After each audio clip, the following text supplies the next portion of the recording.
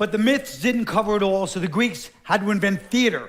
And the average Greek child was watching 40 hours of plays a week.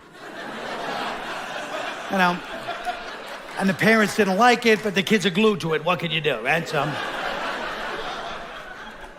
but with plays, you could gossip about your neighbors publicly without being called on it. So if Oedipus wanted to approach Sophocles after the play, Sophocles, interesting play there. Yeah, thank you, Oedipus. Yeah, was that one guy supposed to be me or something? Not really.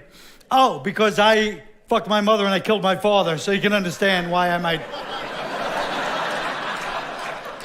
Yeah, but that was a compilation of a lot of people I've known. You'd be surprised how many people did some variation on it. Oedipus is like, oh. But at least they watched nobility, epic plays, kings and queens, Antigone on her knees, crying over the loss of her dead brother. No, we watched Snooki on her knees, crying over the loss of her cell phone. No, my freaking cell phone. I hate this house. My cell phone's gone. I swear to God, I hate it here.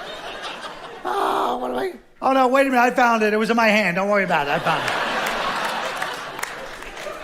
it. Because back then, everybody wanted to be deep. Everybody wanted to be a philosopher, a poet, a playwright. Throughout history, there's been this unspoken competition, smart guys versus tough guys, for who's going to be popular with the girls, society in general. So smart guys did well, the Age of Reason, the Renaissance. Tough guys, the Machine Age, the Industrial Revolution. Even today, this guy works for Google, that guy's got a Harley, a neck tattoo of a handgun. Girls are still conflicted about which one makes a better life partner. Let's be honest, ladies, but you know.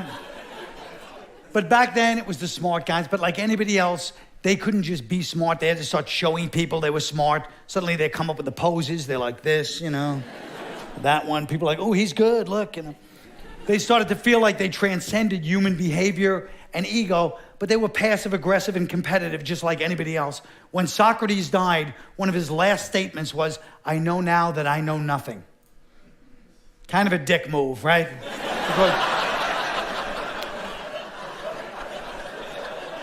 Because you're the greatest philosopher, everybody knows that, you're dying, all these other philosophers still alive, you're like, oh, it's all bullshit anyway, you know.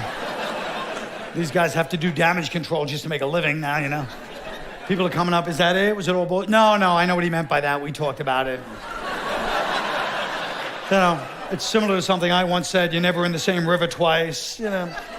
I'll be talking about it tonight at the Parthenon, 2 shows, 4 drachmas, amphitheater style seating, of course.